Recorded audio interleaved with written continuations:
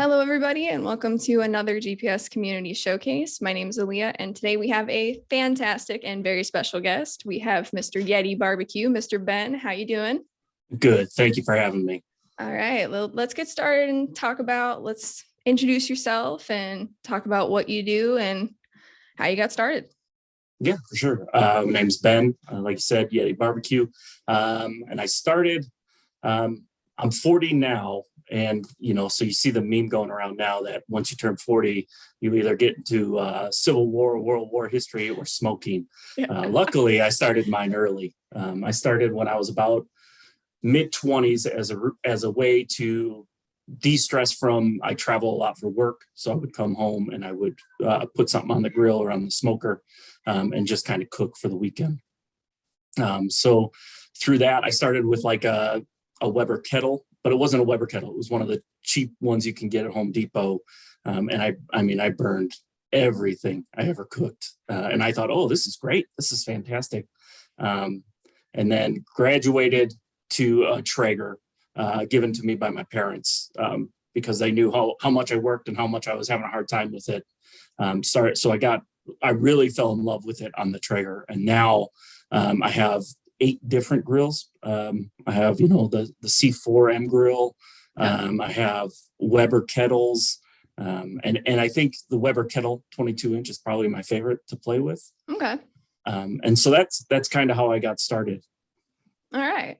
We actually, I relate a lot to the screwing up everything you did because yesterday, I don't know if you saw our TikTok, I posted I was smoking stuff for the first time on our char griller because char griller sent us a lovely duo smoker and grill. And I was trying that out for the first time. And it was a very windy day and my charcoal kept going out and it was just a grand old time. When you can master the wind, if you can control your fire in the wind, you've nailed it. So on a windy day, that's a tough way to start. Or if maybe I need to stop grilling on days where there's hurricane force winds. That's probably the key.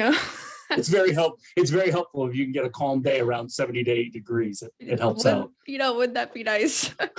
It was 60 degrees here yesterday, and today I woke up and it was snowing on my way to work. So. Oh, you guys are in Ohio, huh? Yes. Okay. We're in the lovely transitional period where it's both spring and winter at the same time. It's great. Yep. Originally, I'm from Wisconsin, so I get that. You get that spring for a couple of days, and then you go right back into negatives. It's great. Love it. So what would you say is, I saw that you're doing the competition cook-offs. Mm-hmm. What would you say is your favorite thing to cook for those? And what's your process for getting that ready? Yeah. So right now I mainly work on the SCA circuit, Steak Cook-Off Association. So I don't do ancillaries or anything else. We cook ribeye steaks. And basically, I learned, I took a barbecue champs or a barbecue academy or barbecue champs class with Will Collier and kind of watched what he did. And I kind of watched my friends who would compete. I sat around for about a year and a half and I would just go to the competitions and drink beer and watch what they did. That's the way to do it. Yeah, right. I mean, ease yourself into it. I have a big thing with imposter syndrome. I don't think I'm very good at what I do. I can take photos or I can cook for my family, but to be judged by other people is very hard. So I just went and would sit around and watch my friend Jeremy, who's with Flying Pig Barbecue, and just pick his brain and then walk around with him and see the other cooks. And you quickly learn that the family of steak competition cooks are super nice and will help you out with anything.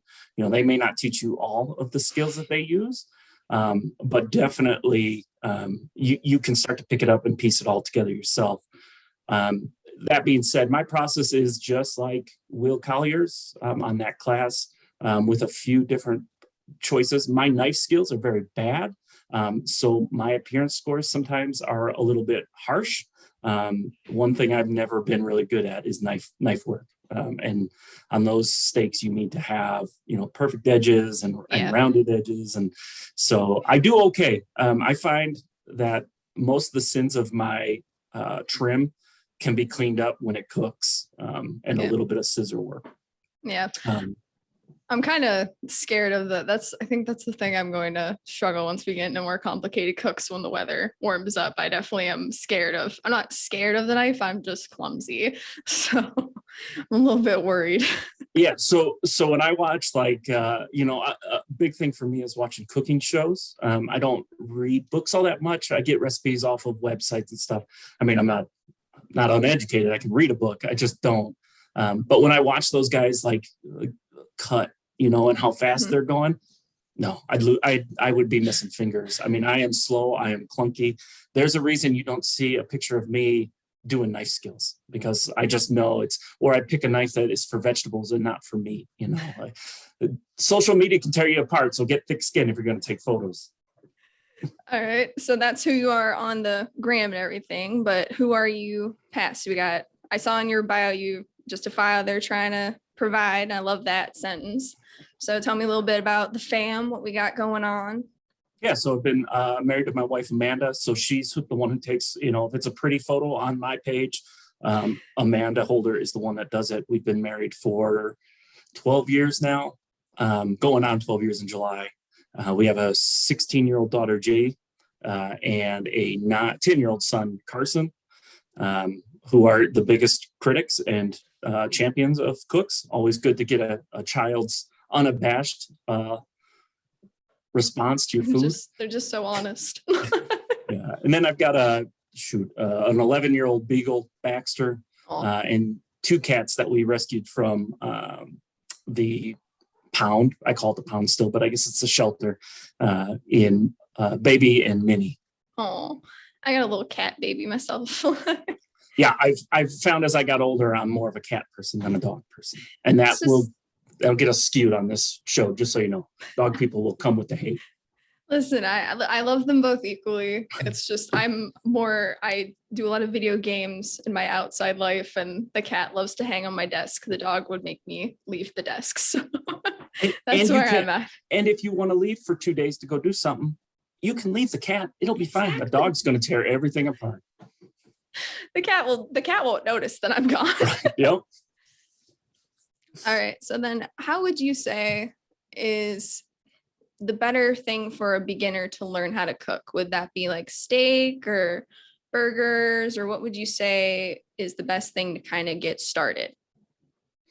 Well, I'll tell you this, I still have a hard time cooking burgers, so I would never suggest burgers to anyone. A lot of the time when I cook a burger, it is done on the outside and then raw on the inside. I think honestly for me, I learned a lot cooking ribs, slow and low at 225 or 250. It gave you a lot of time to figure out your grill. But charcoal took a long time for me. I still at times am impatient with it.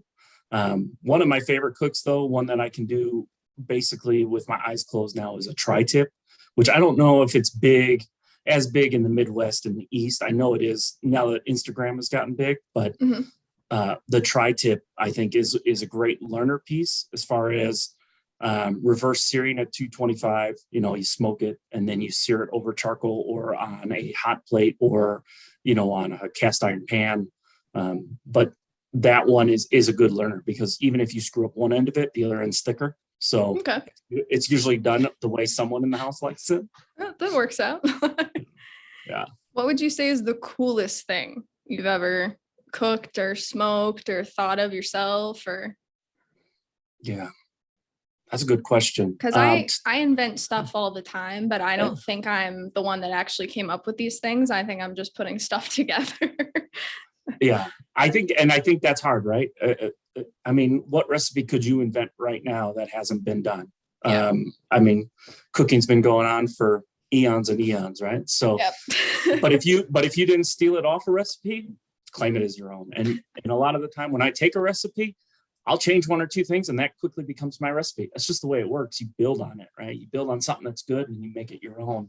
I think one of the most interesting cooks I did was doing like croquettes. Croquettes, it's like a potato, a deep fried like potato in breadcrumb. I had never done it before, and I did it in an air fryer. Let me preface this. I'm not allowed to use like any sort of deep fryer or hot oil in my house because I will spill or make a mess. So I did it in the air fryer, and that was a lot of fun because it was something I like to do. Things that are, I love doing like the big categories, right? Your big long meats, the stuff that gets the pomp and circumstance at all the barbecue competitions. But I also like to just do random small things. So like that was a lot of fun. Doing some side dishes, making hamburgers filled with like, I made a buffalo chicken dip and then I stuffed it into hamburgers. I'll have to write that down.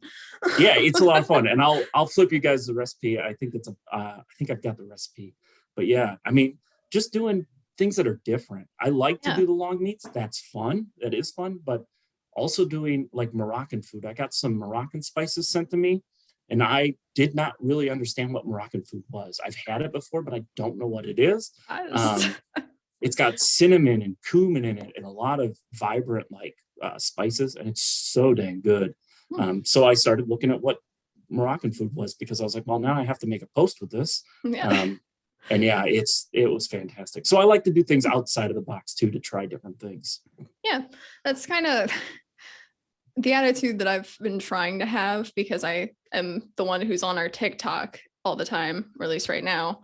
So I get to watch, I feel like everyone posts all the crazy, unique stuff to the TikTok that they have. And that's how I got inspired to do I smoked those Annie Ann's pretzel dogs. Okay. And is that what the last post was? Yeah, it was bacon wrapped mozzarella sticks. And I learned that one from casting and cooking, because he did it in his air fryer. And I was like, oh, I want to try smoking this. Yeah. That's the other thing, right? Is you see somebody cook it in an oven or on a stove or an air fryer, you're like, oh, I'll smoke that. Let's see what happens when I try to smoke that. I'm trying to get that mentality going, because I see all of you guys doing it, like, will it smoke? And I'm like, yeah, I'm gonna try this. And I'm standing in the frozen aisle with my mozzarella sticks, and I'm like, okay, what else can I do? And then I saw those pretzel dogs, and I was like, oh, well, that sounds good. And then we cooked them up, and they were done way before the mozzarella sticks were. And I passed them around the office. I sort of like walked around like I was a sample person at Costco. And everybody loved them. They had honestly so much flavor, because I had seen people doing pigs in the blanket for the Super Bowl. And I was like, well, why can't you smoke a pretzel dog? Yeah, no, it's there's a lady, beach girl out of Florida, she cuts like sausages, like bratwurst, into little bite-sized pieces, and then wraps it in phyllo dough and does that on her smoker, I believe. And every time I see it, she does them every like 3 or 4 months. She's got a post about it. And every time I see it, I'm like, I got to do it. I love that type of stuff. But yeah, that's it, right? Instagram and TikTok. I love it for more than anything, just to look at what everybody's doing and seeing it and being like, well, that's different. I want to check that out. That looks like it'd be fun.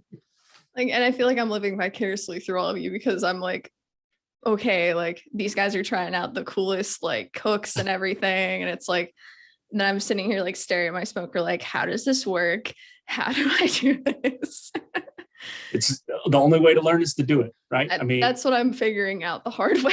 Just do it. Yeah. I mean, yeah, don't start buying Wagyu beef and, Cheshire pork and all that stuff. Start very low, like, you're selecting choice meats and try what you're doing. The Wagyu beef would be my entire marketing budget for the month. But I've ruined 2 Wagyu briskets in my time. So, and I mean, hurts. ruined, like unedible. So, yeah.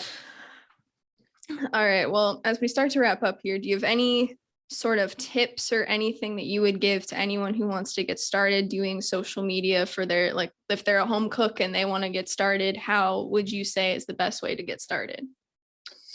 To get out there and do it. As far as social media, if you don't enjoy what you're doing, don't do it. I've been doing this if you look at my account, I've been doing it for over 2 years. I have over 500 posts. I think I'm almost 600, and I don't have over 2,500 followers, right? You're going to get on there and you're going to see somebody who has 90 posts and has 10,000 followers or 100,000 followers. And you're like, what am I doing wrong? And it's not that you're doing anything wrong. It's that, they're doing things differently. So if you're doing it to try to get, followers and all this, followers come with you being interactive, right, and engaged with people who do follow you, or going to other people's websites or other people's sites and following them.